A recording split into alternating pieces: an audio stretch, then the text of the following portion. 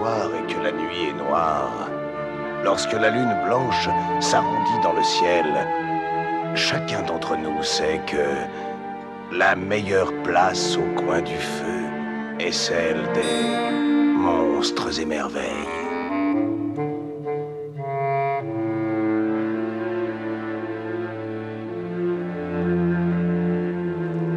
D'après une ancienne légende allemande, un jour de novembre, la reine mourut. Tout autour du palais, les feuilles se lamentèrent, elles rougirent, pâlirent, puis elles tombèrent. Dans le palais, les larmes du roi, de ses 3 fils et de sa fille aînée. Et les gens du peuple s'approchaient lentement pour offrir un dernier salut et une larme à leur reine bien-aimée. Mais au milieu de tous ceux qui pleuraient, il y avait une personne dont les yeux restaient secs.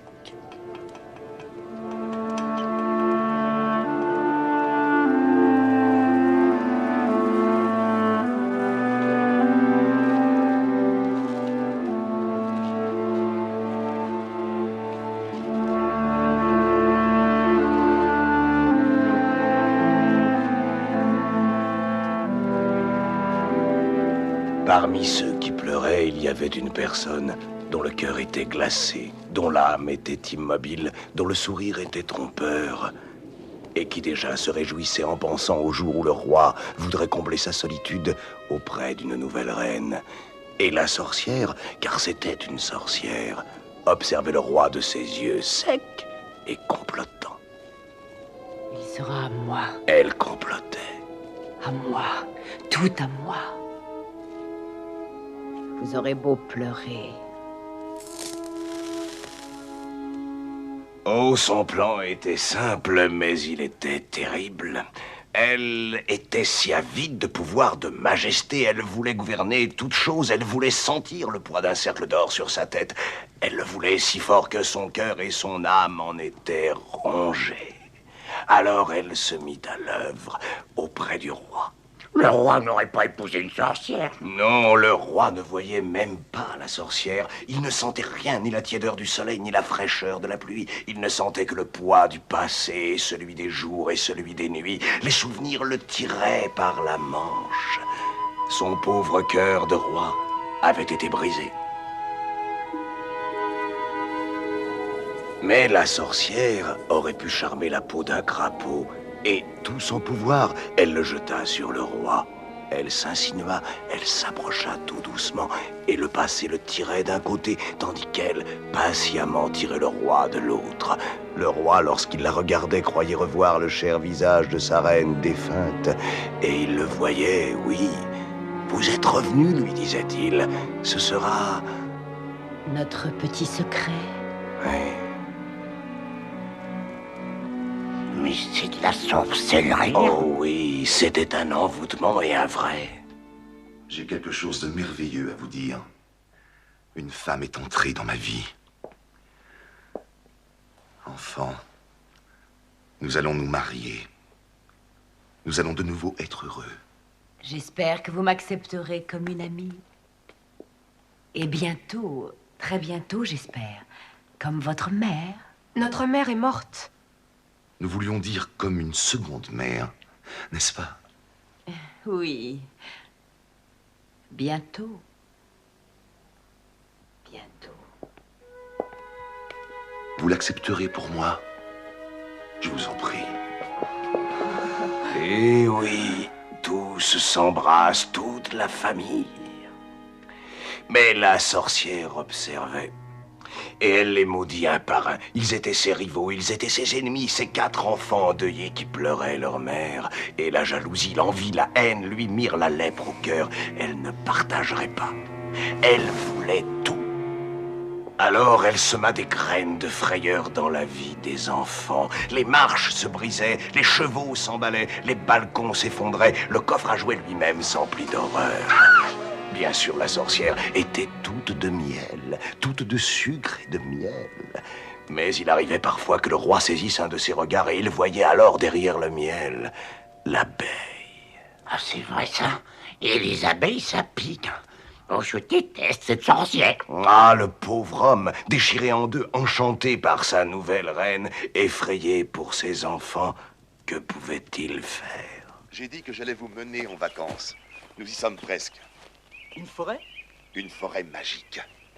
Suivez le fil. Suivons le fil. Suivons le fil.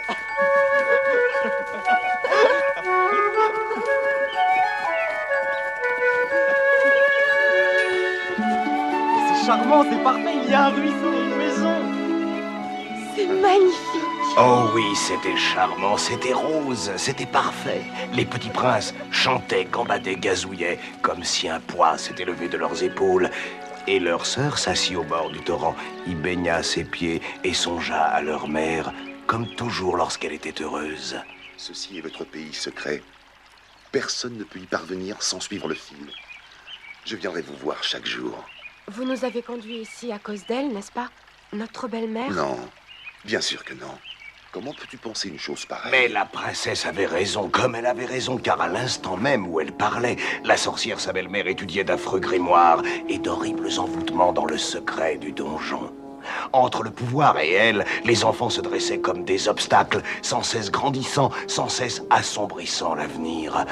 Alors, il fallait qu'elle les retrouve, ces maudits qui obscurcissaient son ciel, qu'elle les retrouve. Et que le vent les emporte. Où étiez-vous, Seigneur? J'ai emmené mes enfants en voyage, en vacances. Ah oui? Où donc, Seigneur? Très loin d'ici. Quel est cet ouvrage? Des chemises. Je leur couds à chacun une chemise. Ne sont-elles pas mignonnes? C'est charmant. Ils seront ravis. Vous faites beaucoup de mystères. Moi? À quel propos? Les enfants? Nos enfants? Vous demandez que je sois leur mère, mais quelle mère accepterait d'ignorer où sont partis ses enfants? Je voulais seulement qu'ils aient un endroit secret, c'est bien plus amusant. Un secret? Oui, bien sûr. Mais si jamais il leur arrivait quelque chose, alors que ferions-nous? Et si vous mourriez? Enfin, n'en parlons plus.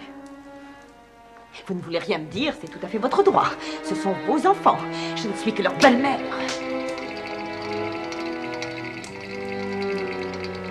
Mais la sorcière n'avait aucune intention d'en rester là, vous pensez bien. Et le jour suivant, lorsque le roi s'en alla, elle le suivit, discrète, présente et silencieuse comme une vipère, et elle le vit qui déroulait le fil magique vers le pays secret.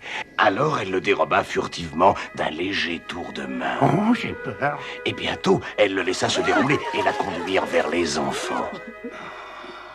Elle avait les chemises dans un sac et une malédiction terrible au bord des lèvres. Vous avez attrapé ces poissons vous-même, comme vous êtes habile. Comment nous avez-vous trouvés? Où est notre père? Il va arriver sans tarder. Regardez, je vous ai apporté des cadeaux. Elles sont jolies, non? Je les ai cousues une à une de mes mains. Merci. Alors mettez-les vite, que votre père les voie en arrivant. Comment leur père pourrait-il les voir? Son fil ne se déroule pas. La bobine ne le conduit plus. Où est votre sœur? J'aimerais tant la voir. Elle sera bientôt là. Essayez, les enfants, mettez ces chemises. Et pendant ce temps, le roi court. Mettez-les. Il crie, il hurle dans la forêt. Le roi est perdu et il se désespère. Mes enfants!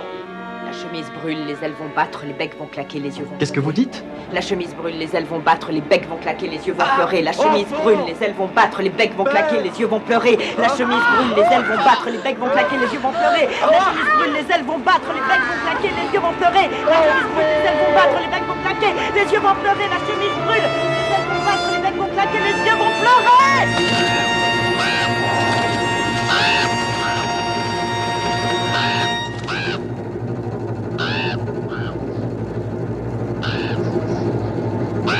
Mais la princesse s'enfuit, elle court pour s'échapper, court pour sa vie. Ma fille. Ma fille. Mes fils. Mes fils! Mon époux? Mon époux? Qu'avez-vous fait? Moi, rien, mais vous, que faites-vous ici, dans mon pays secret? Où sont mes enfants? Oh, les enfants sont ici? Je ne veux pas vous regarder. Regardez-moi, Seigneur. J'ai entendu ma fille m'appeler au secours. Je crois que vous devez être fiévreux. Êtes-vous inquiet de quelque chose? Laissez-moi voir, laissez-moi vous soigner. Non, écarte-toi, ne me touche pas. Mes garçons, mes fils. Oui, vous êtes soucieux. Il faut que je réfléchisse. Que je vois ce que je peux faire pour vous. Pendant tout un jour et toute une nuit, la princesse courut, trébucha, tomba, se releva, courut encore, puis elle s'effondra et s'endormit profondément. Quand elle ouvrit les yeux, elle vit 3 corbeaux perchés devant elle. Mais peut-être ne fût-ce qu'un rêve, car les corbeaux lui parlèrent. « Sœur, notre sœur, disait-il, nous sommes ensorcelés, aide-nous. » Comment puis-je vous aider? Il te faut garder le silence, rester muette et ne pas dire un seul mot pendant 3 ans, 3 mois, 3 semaines et 3 jours. C'est ainsi, et ainsi seulement que l'enchantement sera brisé. Alors je ne parlerai plus. Elle plaça son doigt devant ses lèvres et elles furent scellées. La princesse promit de ne plus parler à âmes qui vivent pendant 3 ans, 3 mois, 3 semaines et 3 jours.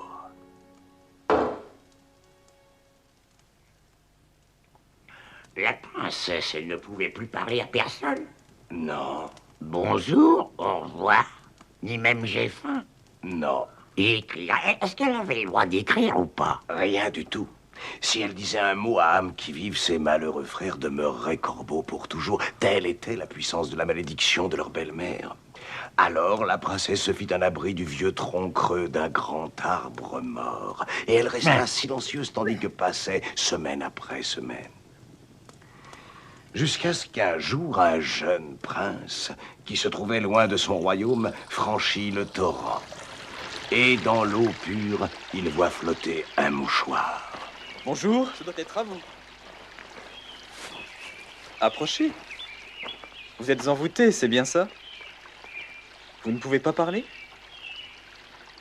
N'ayez pas peur, je ne vous ferai aucun mal. Je veux juste m'asseoir tranquillement près de vous. Vous voyez?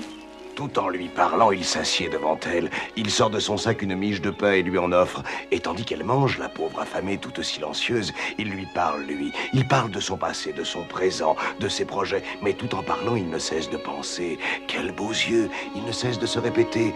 Oh, prendre cette bouche. Jour après jour, pendant une semaine, le prince revient au torrent et la princesse réapprend à sourire. Elle sourit davantage chaque jour, d'un sourire exquis, d'un sourire qui enveloppe le cœur du prince et l'attire tout contre le sien. Un sourire qui fait fondre ces 2 cœurs en un seul. Bientôt, le prince cesse à son tour de parler et tous 2 demeurent assis côte à côte, heureux simplement de se reposer dans ce sourire-là. Mais un beau jour, le prince ne peut plus retenir ses mots. Il lui échappe, alors il les dit tous très vite, mais très bien. Il dit amour, il dit mariage, il dit toujours, il dit jamais. Et c'est à ce moment-là qu'ils s'embrassent. Et moi, je dis qu'ils ont raison. Alors elle a parlé? Rien, pas même un murmure. Le prince la fait monter sur son cheval et ils prennent le chemin de son royaume. Et tout au long de cette longue route, lui, il parle de son père, le roi, et de sa mère bien-aimée qui est morte. Et la princesse meurt d'envie de dire « Je sais », elle meurt d'envie de dire « Moi aussi », mais elle ne peut pas. Alors elle ne dit rien. Et finalement, les voilà qui arrivent aux portes du palais. Et le prince est tellement fier. Hé, madame, je veux vous présenter ma bien-aimée. Son père se penche. Et sa belle-mère se penche aussi. La sorcière? La sorcière. Mais elle était mariée avec l'autre roi. L'autre roi est mort, empoisonné. C'est que la sorcière a pris goût au roi maintenant. Elle a pris goût au royaume. Et la princesse est comme une épine plantée dans ses couronnes. La princesse ne parle pas, mais ses yeux en disent long. Son regard l'accuse. Meurtrière de mon père, sorcière qui a envoûté mes 3 frères. La sorcière comprend qu'il lui faut se débarrasser d'elle. Et ainsi la bataille commence. La douce princesse contre l'affreuse sorcière. Mais le prince ignorait tout. Il épousa sa bien-aimée. Et ce fut vrai. La lune, pour eux, était de miel. Il a bougé. Il donne des coups. Il me tape. Et le temps s'envole que déjà il est là, l'enfant. C'est un fils, un garçon. Et sa jeune maman donnerait tout au monde, n'importe quoi pour pouvoir l'appeler par son nom, chanter pour lui, chuchoter. Mais il ne faut pas, alors elle ne le fait pas. Il a les yeux de sa mère, cet enfant, comme il est mignon. Espérons qu'il aura votre voix, mon cher. Surveillez-le bien, surtout. Prenez bien soin de ce petit homme si précieux. Elle s'en charge. Bien sûr, je le vois.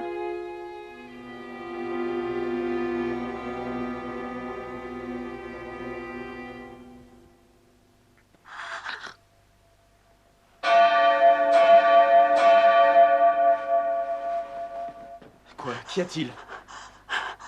Où est le bébé, chérie? La princesse n'en savait rien.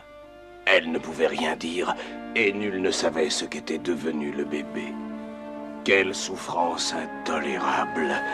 Une nuit, elle alla au fond du parc, creusa le sol de ses deux mains, fit un trou profond dans la terre, et se pencha au-dessus. Et elle cria de tout son cœur. Elle hurla sa peine, elle hurla dans le trou jusqu'au matin. Alors elle se sentit un peu mieux.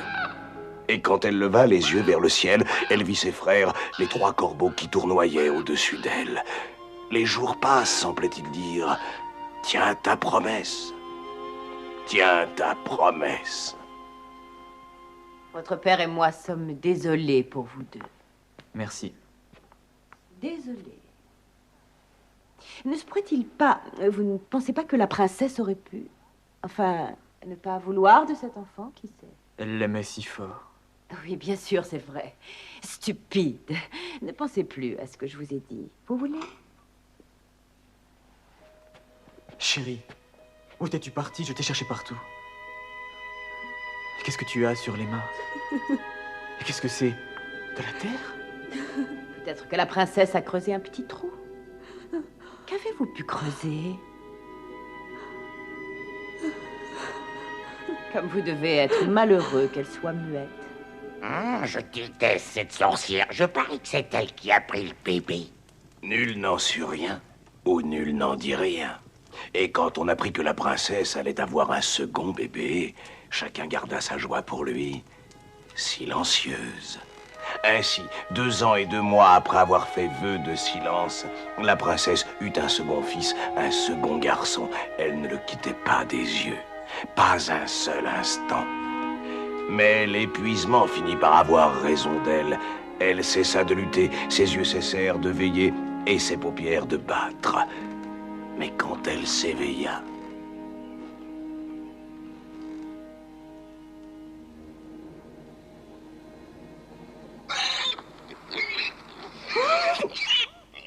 De chuchotement en chuchotement, la nouvelle gagna tout le palais. 2 bébés disparus, mais quel genre de mère est-ce là, murmurait-on. Elle perd ses bébés et elle ne parle jamais. Maudite, maudite, chuchotaient les commères. C'est une sorcière.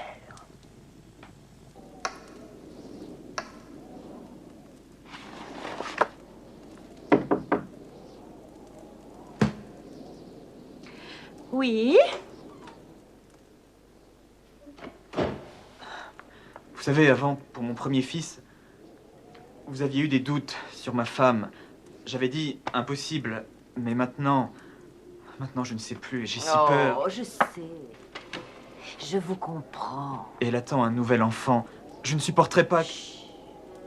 Ne vous en faites pas. Quand viendra le moment, nous devrons la surveiller de près. Il faut l'aimer très fort, oui, mais il faut la surveiller de près. Ne vous en faites pas, je suis là. Est-ce que je ne vous rappelle pas quelqu'un? Ma mère? Je le savais.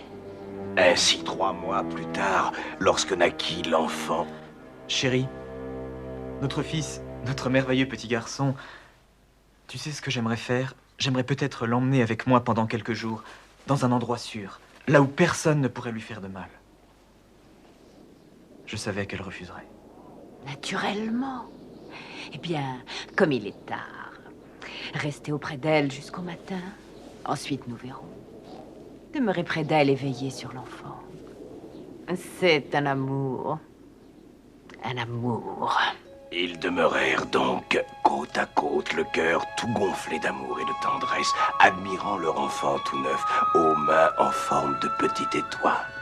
Et la mère priait, le père priait aussi, mais la tension, la fatigue de cette naissance les balayait tous deux de ces lourdes vagues, les soulevait, les balançait, les emportait vers le sommeil.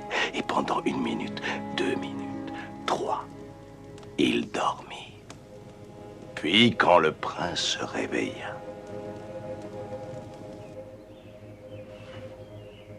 Oh non.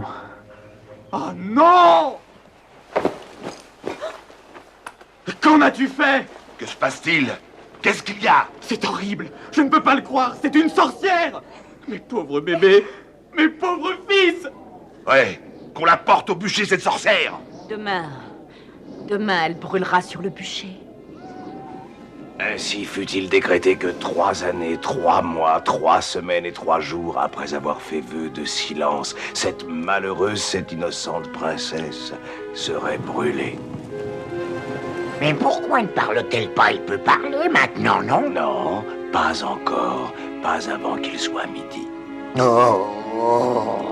Ils préparèrent le bûcher bois sur bois, rondin sur rondin, bien sec et prêt à s'enflammer. Et quand ce fut prêt, il était encore bien loin de midi, mais ils vinrent la chercher pour l'attacher au poteau. Et quand l'ombre sur le cadran solaire rapprocha de la barre de midi, ce fut la sorcière elle-même qui enflamma la torche et la porta vers le lit de paille et de brindilles. Mais alors 3 corbeaux se jetèrent sur elle, bec en avant et ailes déployées, et elle lâcha la torche et fouah, cendres et poussière, voilà ce qu'elle devint. Mes frères. Mes frères. Mes 3 frères. Et les 3 frères, enfin libérés de l'enchantement, détachèrent leur sœur et l'entourèrent, l'enlacèrent, l'embrassèrent. Et si elle ne parla pas, c'est parce qu'elle pleurait. Et puis...